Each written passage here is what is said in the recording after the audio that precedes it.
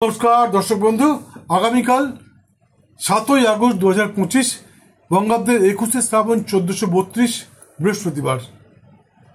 সূর্যোদয় ভোর 5:14, সূর্যাস্ত সন্ধে 6:10।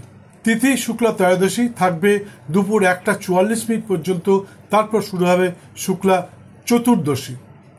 আগামীকাল যে সমস্ত শিশু সন্তানের জন্ম হবে তাদের হবে ধনুরাশি, ক্ষত্রিয় বর্ণ, উত্তরাষাঢ় নক্ষত্র, নরগণ, শাখা মৃগজনী এবং বিংশতির মতে তাদের জন্ম হবে শুক্রের মহাদশায়।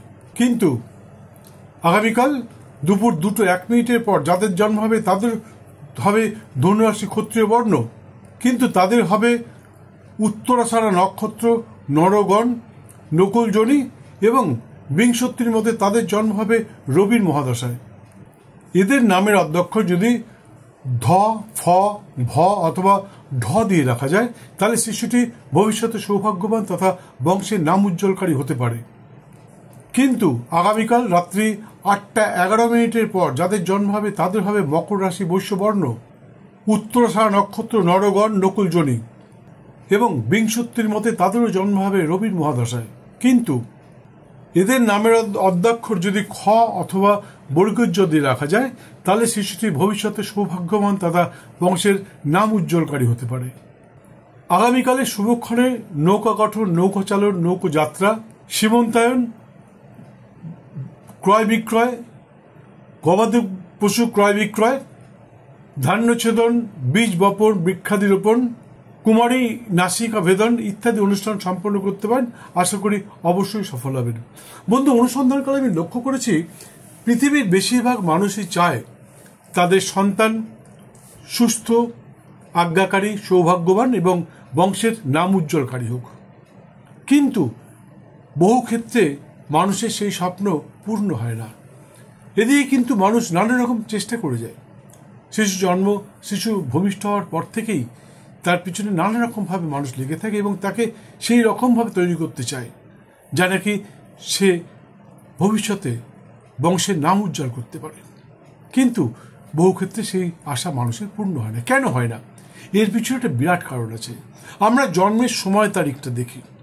এর জন্য কি করি? আমরা কোনো জ্যোতিষশাস্ত্রজ্ঞের কাছে গিয়ে আমরা একটা শুভ সময় নিয়ে আসি। দাদা একটা ভালো সময় বলুন তো, কোন সময়টা আমার? বেশিরভাগ ক্ষেত্রে আজকাল সিজারিয়ান মেরেজ হচ্ছে, মানে প্ল্যানিং সিজার।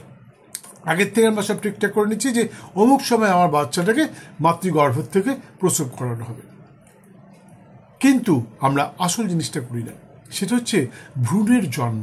হ্যাঁ বন্ধু, ভ্রূণের জন্মটা হচ্ছে মেন। কি করে আপনি বুঝবেন?